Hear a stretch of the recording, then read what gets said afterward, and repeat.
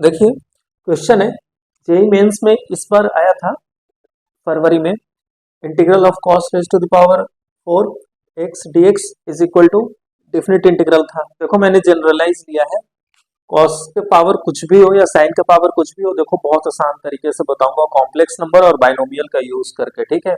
एक मेथड तो आप जानते हो ट्रिगोमेट्री का, लेकिन ये भी मेथड जानना बहुत जरूरी है, ठीक है।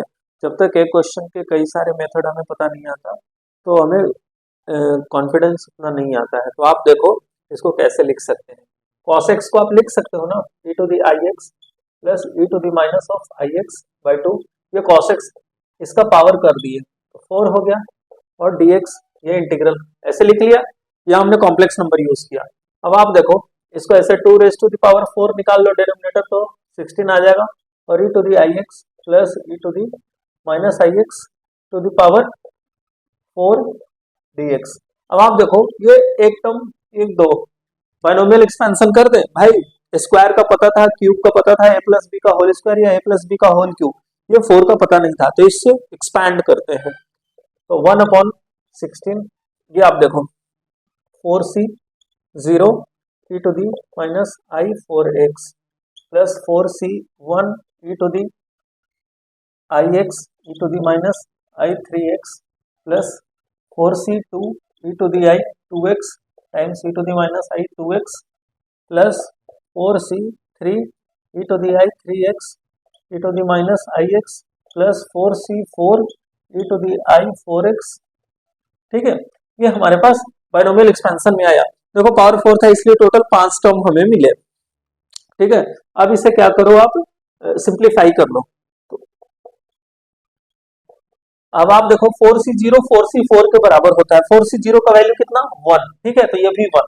इसके बाद e to the i minus 4x और e to the i 4x दोनों मिलाकर के जब ऐड होंगे तो क्या हो जाएगा 2 टाइम्स cos ऑफ 4x।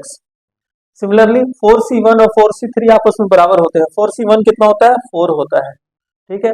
अब e to the minus 2x और ये देखो e to the i 2x हो जाएगा, दोनों मिलाकर के क्या हो जाएगा 2 टाइम्स cos ऑफ 2x, ठीक। प्लस अब सिर्फ ये बच गया 4c2 कितना होता है 4 factorial upon 2 factorial upon 2 factorial, और दोनों पावर ऐड हो जाएंगे, बेस सेम है तो 0 बना देगा, तो e टू दी 0 1 होता है। अब आप देखो 1/16 2 cos 4x plus 8 cos 2x plus, अब आप देखो 4 फैक्टोरियल अपॉन 4 फैक्टोरियल 24 और 4 कितना हो जाएगा 6। अब क्या करो सब तरफ इंटीग्रेट कर लो dx, ये इंटीग्रेट कर लो dx, देखो कितना आसान हो गया।